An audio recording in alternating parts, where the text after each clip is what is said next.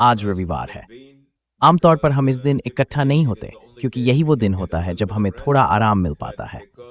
लेकिन दुनिया में हालात बिगड़ रहे हैं, खासकर पश्चिम एशिया में, और वहाँ की स्थिति इस वक्त ठीक नहीं है। इसलिए हम आज यहाँ हैं। ये है ट्रांजिशन प्रोटोकॉल। मेरे सम्मानित सहयोगियों ने अपना आराम छोड़कर यहाँ आने का फैसला किया ताकि हम आपको वही दे सकें जो हमने इस चैनल की शुरुआत में तय किया था, यानी वो जानकारी जो आम तौर पर किसी को दिखाई नहीं देती, लेकिन हमारे पास ऐसे स्रोत हैं जिनसे हमें उस तक पहुंच मिलती है।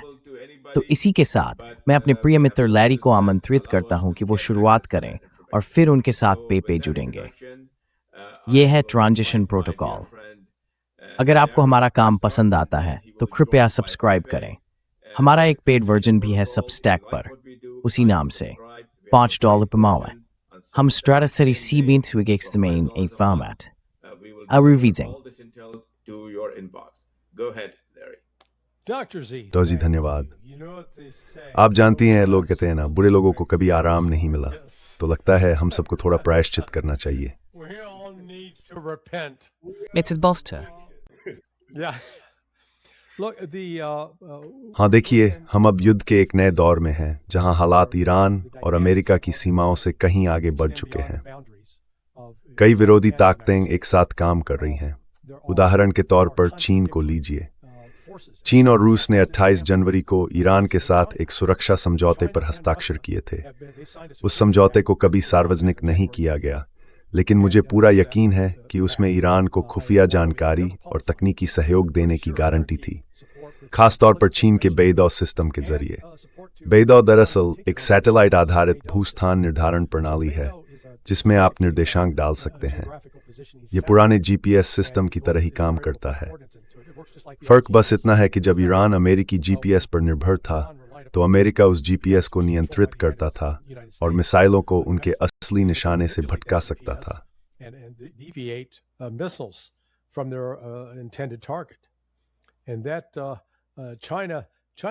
चीन ने यह बात मुश्किल तरीके से सीखी थी 1993 में, जब उनका एक जहाज पूरी तरह ठप हो गया था। हुआ ये कि अमेरिकी CIA ने गलती से उसे रासायनिक हथियार ले जाने वाला जहाज घोषित कर दिया और जीपीएस बंद होने की वजह से वो जहाज चल ही नहीं पाया। उसी के बाद चीन ने अपना वैकल्पिक सिस्टम विकसित किया। अब रूस के पास भी अपना सिस्टम है जिसे ग्लोनास कहा जाता है। मैं ये बहस नहीं करना चाहता कि कौन सा सिस्टम बेहतर है या ज्यादा उन्नत है। असली बात यह है कि अब जब ईरान उस सिस्टम का इस्तेमाल कर रहा है तो उसके मिसाइलों की सटीकता में जबरदस्त सुधार आया है, खासकर पिछले साल जून में हुई 12 दिन की जंग की तुलना में। दरअसल उस 12 दिन की जंग में कुछ मिसाइलें निशाने से भटक गई थीं और उसकी वजह थी अमेरिकी दखल, क्योंकि उस समय ईरान अमेरिकी जीपीएस का इस्तेमाल कर रहा था। अब रिपोर्टों के मुताबिक ईरान चीन द्वारा उपलब्ध कराए गए सिस्टम का इस्तेमाल कर रहा है।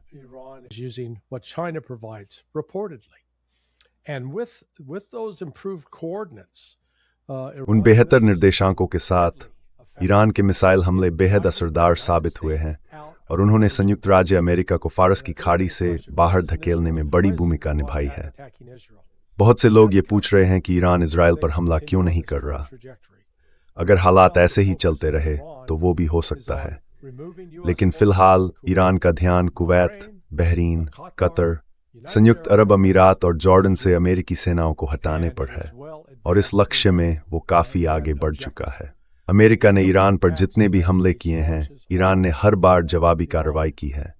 कल रात शुरुआत में हमें एक अलग पैटर्न दिखा, क्योंकि ईरान ने तुरंत जवाब नहीं दिया था उन हमलों पर जो कल हुए थे। लेकिन बाद में, यानी तड़के सुबह के वक्त, ईरान ने फिर से अपने हमले शुरू कर दिए। इस बार उसने कुवैत के डिसैलिनेशन प्लांट्स को निशाना बनाया है।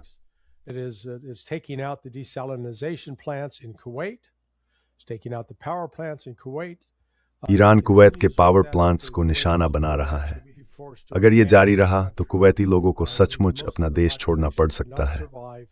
ज्यादातर आबादी पानी और एयर कंडीशनिंग के बिना उस भयानक गर्मी में 50 डिग्री सेल्सियस से ज्यादा तापमान में जिंदा नहीं रह पाएगी। जॉर्डन में जो नुकसान हुआ है वो भी बहुत गंभीर है। खासकर दो मुख्य एयरबेस पर, मुआफ कलसालती और प्रिंस हसन। वहां संयुक्त राज्य अमेरिका को भारी जनहानि हुई है। अमेरिका का कहना है कि सिर्फ 2 लोग मारे गए और 1 लापता है। लेकिन लापता होने का मतलब है कि जब मिसाइल लगी तो वो व्यक्ति पूरी तरह नष्ट हो गया। उसे कभी नहीं ढूंढ पाएंगे, शायद कुछ टुकड़े मिलें, बस उतना ही। इसके अलावा एक रिपोर्ट ये भी आई है कि मेडिकल इवैक्यूएशन के दौरान 5 मरीज ऐसे थे जिनके बचने की संभावना बहुत कम बताई गई थी।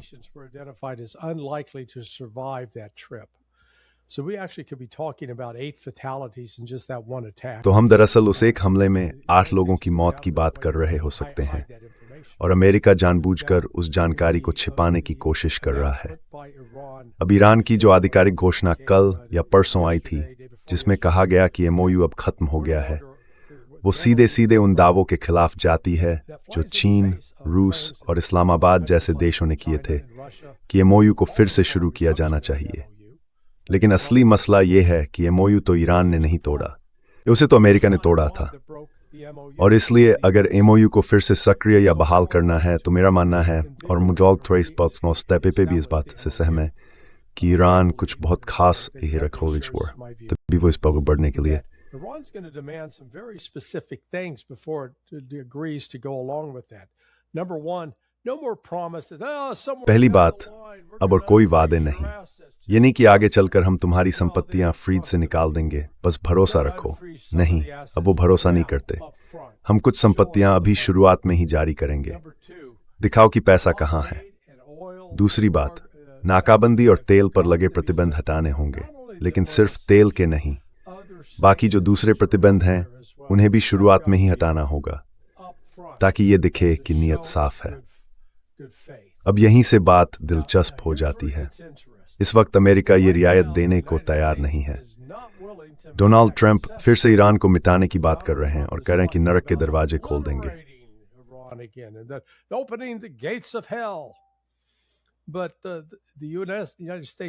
लेकिन अमेरिका के पास ज्यादा कुछ नहीं बचा है दिखाने के लिए, क्योंकि हर तरह के हथियारों की श्रेणी में, चाहे हम रक्षात्मक हथियारों की बात करें जैसे PAC-3 मिसाइलें, THAAD मिसाइलें जो हवा में दुश्मन के हमले को रोकती हैं, या फिर आक्रामक हथियारों की बात करें जैसे हाइमार्स से छोड़ी जाने वाली मिसाइलें ATACMS, या प्रिसीजन स्ट्राइक मिसाइल यानी PRSM, या फिर JASSM क्रूज मिसाइल जो विमान से दागी जाती है, टॉमहॉक जो विमान या जहाज से छोड़ी जाती है, या हार्म मिसाइल जो विमान से छोड़ी जाती है।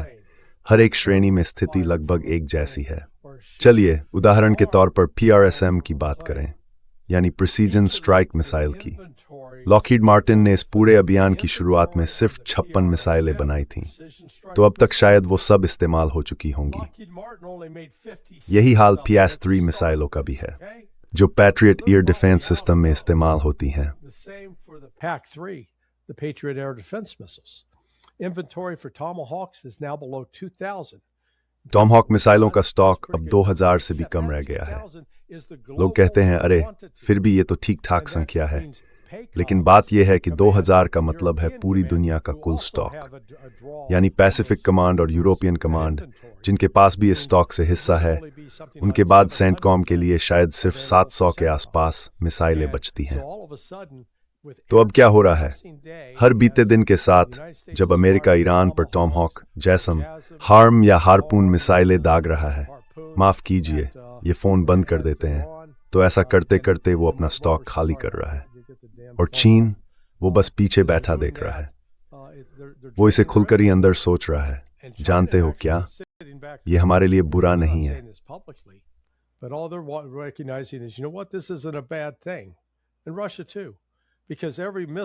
और रूस भी, क्योंकि ईरान पर दागी गई हर मिसाइल का मतलब है एक मिसाइल कम जो चीन या रूस पर दागी जा सकती थी।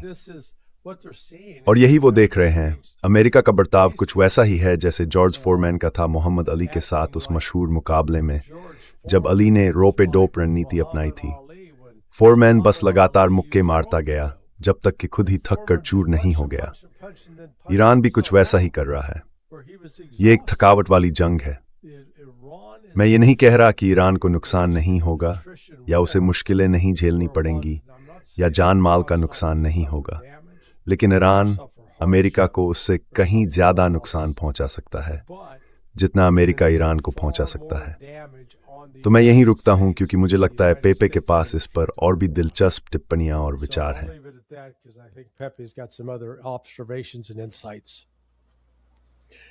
Thank you so much, Larry. That's an excellent summary. बहुत बहुत धन्यवाद लैरी, आपने बहुत अच्छा सारांश दिया है। मैं आपके सारांश में एक और पहलू जोड़ना चाहूँगा। इस वक्त जो बेहद जटिल कूटनीतिक स्थिति चल रही है, खासकर इसलिए क्योंकि हम एक तय समय सीमा के करीब पहुंच रहे हैं, जो सैद्धांतिक रूप से कल यानी सोमवार को है। ये समय सीमा अलग अलग माध्यमों से तय की गई थी, ईरान और चीन दोनों की तरफ से। मूल रूप से बात यह है कि अगर अमेरिका ने ईरान पर अपने हमले नहीं रोके तो सारी शर्तें खत्म मानी जाएंगी। दरअसल पहली शर्त तो ईरान के नज़रिए से पहले ही खत्म हो चुकी है। उन्होंने MOU के तहत अपनी प्रतिबद्धताएं निलंबित कर दी हैं। साथ ही, और ये बात मैंने आज तेहरान में अपने दोस्तों और सूत्रों से पक्की की है, कूटनीतिक चैनल अभी बंद नहीं हुआ है। The diplomatic channel is not closed. Arakchi himself, he has been saying, even if there Araghchi खुद कह रहे हैं कि अगर जरा सा भी मौका हो, चाहे 1%, 5% या किसी भी तरह की थोड़ी सी उम्मीद हो किसी प्रगति की, तो हमें कूटनीतिक रास्ते पर चलते रहना चाहिए। तो तेहरान के राजनीतिक नजरिए से देखें तो कूटनीति जारी है, और हाँ, वे पाकिस्तानी मध्यस्थों के साथ लगातार संपर्क में हैं, जो तेहरान और वॉशिंगटन के बीच मध्यस्थ की भूमिका निभा रहे हैं। ईरानियों की तरफ से पाकिस्तानियों पर कोई दबाव नहीं है, ये बहुत अहम बात है। लेकिन ट्रंप प्रशासन की तरफ से पाकिस्तानियों पर काफ़ी दबाव है। असल में इसे इस तरह भी देखा जा सकता है कि ट्रंप खुद फील्ड मार्शल आसिम मुनीर को अपने बीच वाले, अपने काम के आदमी और अपने साधन के तौर पर इस्तेमाल करने की कोशिश कर रहे हैं। his errand boy and his own asset. And of course, Asim Munir is an immensely और जाहिर है, असीम मुनीर बेहद समझदार और तेज दिमाग वाले व्यक्ति हैं। उन्हें अपनी सीमाओं का पूरा अंदाजा है और वो पाकिस्तान की राष्ट्रीय सुरक्षा से जुड़ी हर बात को अच्छी तरह जानते हैं। उन्हें ये भी पता है कि ईरानियों को वो किन बातों पर राजी नहीं कर सकते, क्योंकि उनके बीच लगातार बातचीत चलती रहती है। अब बात यहाँ पहुँचती है उस जानकारी पर जो हमें मिली है और जो काफ़ी दिलचस्प है। ऐसा लगता है कि MOU में 2 या 3 और बिंदु जोड़ने की बात चल रही है, लेकिन ईरानी नज़रिए से देखें तो वो MOU इस समय निलंबित है और हम मौजूदा रूप में उस MOU से कोई लेना देना नहीं रखते। We have nothing to do with the MOU as it stands. But this is essentially what Trump is forcing. लेकिन असल में ट्रंप पाकिस्तानियों से यही करवाना चाह रहे हैं ताकि ईरानियों को दोबारा बातचीत की मेज पर लाने के लिए उन्हें किसी तरह मनाया जा सके या लुभाया जा सके। ठीक है, अब मैं जल्दी से इन 3 बिंदुओं पर आता हूँ। पहला, बातचीत फिर से शुरू होने से पहले पूरी तरह से सैन्य कार्रवाई रोक देना। ये तो बिल्कुल साफ था, क्योंकि ये MOU के पहले पैराग्राफ में ही लिखा था। तो अब अमेरिकियों को यकीन हो गया है कि चलो सारी जंगें खत्म कर दें। ठीक है। दूसरा, पूरी तरह से रेडियो साइलेंस, यानी सार्वजनिक रूप से कोई बयानबाजी नहीं, दोनों पक्षों पर लागू। ये बैक चैनल बातचीत के दौरान लागू रहेगा। वैसे बड़ी कूटनीतिक बातचीतों में आमतौर पर यही तरीका अपनाया जाता है, तो इसमें कुछ नया नहीं है। High-stakes diplomatic negotiations, so nothing new here. But what seems to be new, लेकिन जो बात नई लग रही है वो ये है कि होर्मुज़ को IRGC द्वारा मंजूर किए गए रास्तों से फिर से खोला गया है। अगर ये सच है तो यकीन करना मुश्किल है कि ट्रंप प्रशासन ये मान रहा है कि ऐसा हो सकता है। बहुत बहुत मुश्किल है यकीन करना, और साफ तौर पर इसका मतलब है कि होर्मुज़ की खाड़ी अब बिना किसी अमेरिकी नियंत्रण के खुली है। ये मानना वाकई कठिन है कि ट्रंप प्रशासन आखिरकार ऐसी किसी बात को स्वीकार करेगा, और मैं चाहूँगा कि बाद में लैरी की राय भी इस पर सुनें। मूल 14 बिंदुओं वाले समझौता ज्ञापन की बहाली, इसका मतलब ये होगा कि एक बार फिर ट्रंप प्रशासन ये मान रहा है कि उनके राष्ट्रपति ने वर्साय में जिस पर हस्ताक्षर किए इस पीठासुएस that what they signed via their president in Versailles stands. And even exactly at the right time where they और ठीक उसी समय जब ईरानी कह रहे हैं कि नहीं, आपने सब कुछ तोड़ दिया।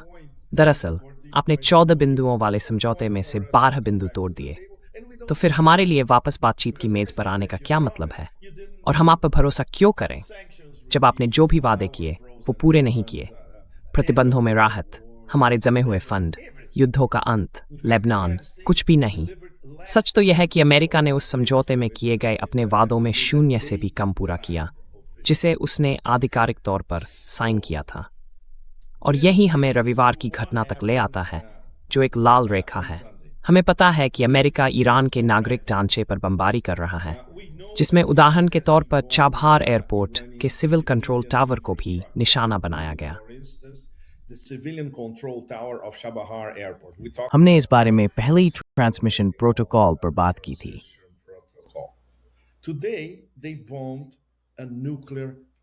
आज उन्होंने खुजेस्तान में एक परमाणु बिजली घर पर बमबारी की, जो अभी निर्माणाधीन था, पूरी तरह ईरान में बनी तकनीक से और अंतर्राष्ट्रीय परमाणु ऊर्जा एजेंसी की सीधी निगरानी में। तो ये फिर से वही बात है, अमेरिका सबके सामने अंतर्राष्ट्रीय कानून को तोड़ रहा है। अब हम ईरान की तरफ से बहुत गंभीर प्रतिक्रिया की उम्मीद कर सकते हैं, जो कल सोमवार 20 जुलाई की तय समय सीमा के साथ मेल खा सकती है। मुझे अफसोस है, लेकिन सवाल ये है कि ये प्रतिक्रिया कितनी गहरी होगी। वो और कितने डिसैलिनेशन प्लांट्स को निशाना बनाएंगे? क्या वो सीधे यूएई पर हमला कर सकते हैं, मसलन जेबेल अली के बंदरगाह पर? तो इस वक्त हालात पूरी तरह अनिश्चित हैं। भले ही इस हफ्ते के अंत में कूटनीतिक मोर्चे पर थोड़ी हलचल दिखी हो, जैसा लैरी बता रहे थे, क्योंकि चीन चाहता है कि ये मामला अब निपट जाए।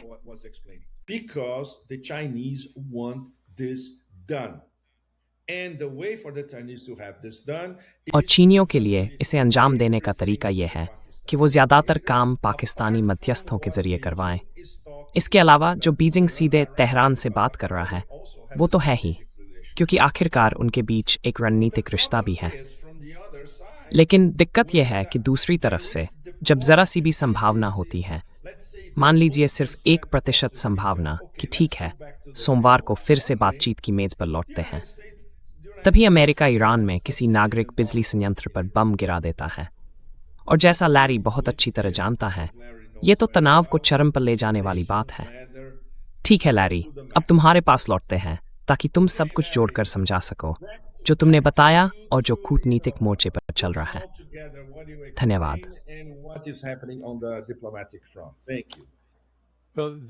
Well, I always believe in follow the money. देखिए, मैं हमेशा मानता हूं कि पैसे का पीछा करो। तो अभी हम पैसे के मामले में कहां खड़े हैं, यही असली मुद्दा है। आखिरकार यही बात डोनाल्ड ट्रंप को फिर से बातचीत की मेज पर लाएगी, क्योंकि उनके पास कोई और विकल्प नहीं होगा। पर्शियन गल्फ से जो तेल निकलता है वो ज्यादातर सौर क्रूड होता है, यानी उसमें सल्फर की मात्रा ज्यादा होती है। इसका मतलब यह है कि सिर्फ कुछ खास तरह की रिफाइनरियां, जो खास तौर पर ऐसे तेल को प्रोसेस करने के लिए बनाई गई हैं, वो ही इसे संभाल सकती हैं। और ये तेल ज़्यादातर डीजल और एविएशन फ्यूल बनाने में इस्तेमाल होता है, जो वैश्विक अर्थव्यवस्था के लिए बहुत अहम है।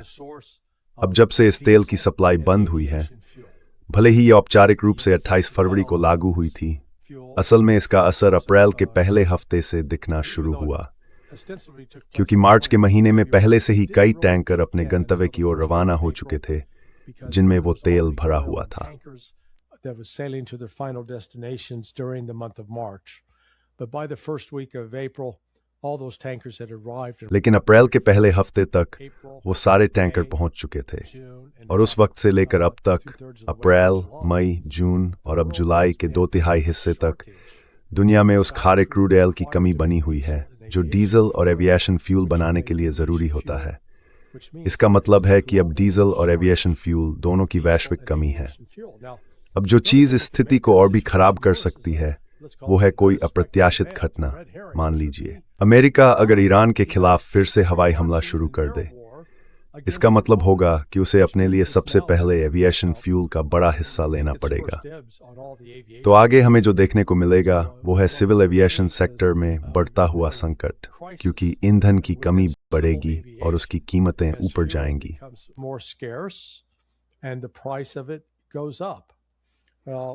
The price of fuel अभी ईंधन की कीमत कुछ ऐसी है कि मुझे नहीं पता यूरोप में क्या रेट है पे या फिर आप जहां हैं डॉक्टर जी कैलिफोर्निया में, लेकिन यहाँ फ्लोरिडा में रेगुलर गैसोलीन और डीजल के दाम में करीब $2 का फर्क है। कल ही मैं पेट्रोल पंप पर था, अपने ट्रक में गैसोलीन यानी पेट्रोल भरवा रहा था, और देखिए पंप ठीक से काम ही नहीं कर रहे थे। 1 गैलन भरने में 2 मिनट से ज्यादा लग रहे थे। मतलब मैं जब मैं वहीं खड़ा रहा, पंप धीरे धीरे चल गई, तभी दफ्तर से एक आदमी बाहर आया और उसने प्रति गैलन कीमत से 2 Saint. The guy comes out of the office and adds 2 cents to the price per gallon. So the price of gas was going up as I was standing there. जब मैं वहां खड़ा था तब गैस की कीमतें बढ़ रही थीं। तो ये बढ़ती कीमतें और अब जो शेयर बाजार में हो रहा है वो गिरता हुआ बाजार, ये सब मिलकर डोनाल्ड ट्रंप पर कुछ करने का दबाव बढ़ाएंगे। उन्हें इसे रोकना ही होगा। वे ये दिखावा नहीं कर सकते कि इसका कोई असर नहीं पड़ रहा, क्योंकि असर तो पड़ ही रहा है। ब्रेंट और वेस्ट टेक्सास इंटरमीडिएट जो कि स्वीट क्रूड्स हैं, सौर क्रूड्स नहीं, उनकी कीमत भी सिर्फ पिछले 1.5 हफ्ते में करीब 15% बढ़ गई है। तो ये स्थिति साफ तौर पर टिकाऊ नहीं है और इससे अमेरिका पर बढ़ता दबाव बनेगा। वो लंबे समय तक इस तरह का संघर्ष नहीं झेल पाएगा।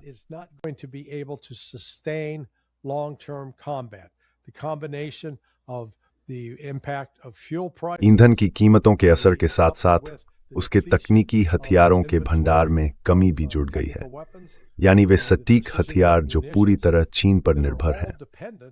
और यहाँ फिर से चीन सामने आता है क्योंकि दुर्लभ खनिजों पर उसका नियंत्रण है। इसी बीच जब ये सब पृष्ठभूमि में चल रहा है, चीन अब लगातार ज्यादा मात्रा में सोना खरीद रहा है। दरअसल वो अपनी मुद्रा को सोने से जुड़ा हुआ बना रहा है, जिससे निवेशक उसकी ओर आकर्षित हो रहे हैं। पहले लोग सुरक्षा के लिए अमेरिकी डॉलर की तरफ भागते थे, लेकिन अब ऐसा नहीं हो रहा। तो आर्थिक दृष्टि से देखें तो चीन अब तेजी से नियंत्रण की स्थिति में आ गया है।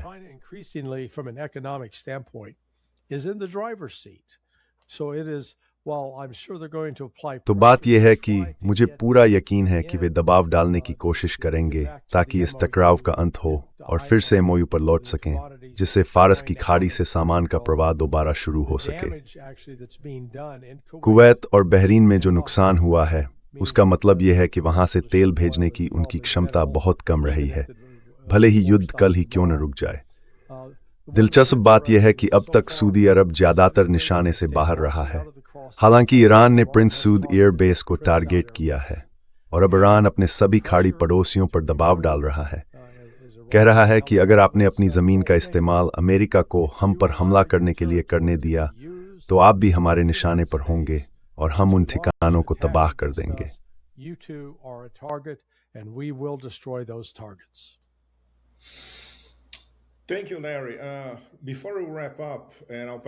धन्यवाद लैरी। समापन से पहले और अब मैं बात आपको सौंपता हूं मिस्टर जी। फिलहाल हालात कुछ इस तरह हैं। आज और कल के बीच किसी कूटनीतिक कोशिश से कोई चमत्कारिक समाधान निकल आए, इसकी संभावना बहुत ही कम है। मौजूद तो है लेकिन बेहद कमजोर, और ये संभावना और भी घट गई है क्योंकि अमेरिका ने ईरान के एक नागरिक परमाणु बिजली घर पर बमबारी की है।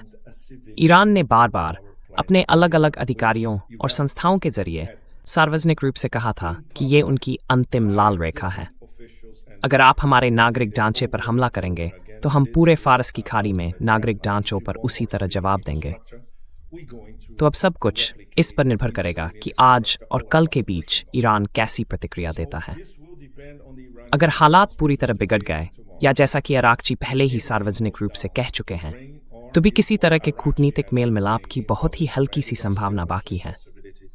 तो एक बार फिर हम एक बेहद खतरनाक मोड़ पर खड़े हैं। मिस्टर जी, समापन के लिए आपसे अनुरोध है। Mr. Z, for the wrap up, please. Well, I could not have done a better analysis. देखिए, मेरे सम्मानित मेहमानों ने हालात का जितना अच्छा विश्लेषण किया है उससे बेहतर मैं खुद नहीं कर सकता था। वे इस विषय के विशेषज्ञ हैं और मैं उनकी हर बात से पूरी तरह सहमत हूँ। मैं बस 2-3 और बातें जोड़ना चाहूँगा जो अब तक जिक्र में नहीं आई। इस समय जितनी जानकारी मेरे पास है, सर्वोच्च नेता मोज़बा खामेनेई ही नियंत्रण में है। बेशक हर देश की तरह वहाँ भी अलग अलग विचार रखने वाले लोग हैं, लेकिन फिलहाल जितना मैंने सुना और समझा है, अमेरिका की कार्रवाइयों के बाद, खासकर ट्रंप के कदमों के बाद, मोज्तबा खामेनी जो सर्वोच्च नेता हैं और उनका करीबी दायरा इस संघर्ष को खफ करने खतोख नहीं है। are not anxious to end the conflict. They are not anxious. They would like to वे चिंतित have नहीं few हैं। additional days. वे बस कुछ अतिरिक्त दिन चाहते हैं ताकि जो भी करना चाहते हैं वो कर सकें। हम उनके दिमाग नहीं पढ़ सकते, लेकिन जो चीज़ें हम देख रहे हैं उनसे बहुत कुछ समझ आता है। उनके पास करने के लिए बहुत कुछ है। हालात को बढ़ाने या घटाने का नियंत्रण उनके पास है, अमेरिका के पास नहीं, जैसा कि लैरी ने बहुत अच्छे से कहा था। अगर मैं एक भू राजनीतिक विश्लेषक होता तो मैं बहुत ध्यान से देखता कि कल सोमवार और मंगलवार को क्या होता है। फील्ड मार्शल आसिम मुनीर, जितना मैंने सुना और देखा है, बहुत सक्रिय है, लेकिन मिस्टर ट्रंप ने उन्हें ज्यादा सहयोग नहीं दिया है। मेरी समझ से वो मिस्टर ट्रंप से काफी नाराज है, जो कुछ भी हुआ है उसकी वजह से, और इसलिए भी कि उन्हें एक असंभव काम सौंपा गया है, ईरानियों को बातचीत की मेज पर लाना, जबकि उसी समय उनकी परमाणु संरचना को नष्ट किया जा रहा है। To come to the table while he is destroying their nuclear infrastructure. So, from observations, तो जो जानकारी और अवलोकन मेरे पास आ रहे हैं उनके मुताबिक मुझे बताया गया है कि हाँ, कुछ न कुछ हलचल जरूर होगी, लेकिन हफ्ता खत्म होने से पहले ऐसा होने की उम्मीद मत रखिए।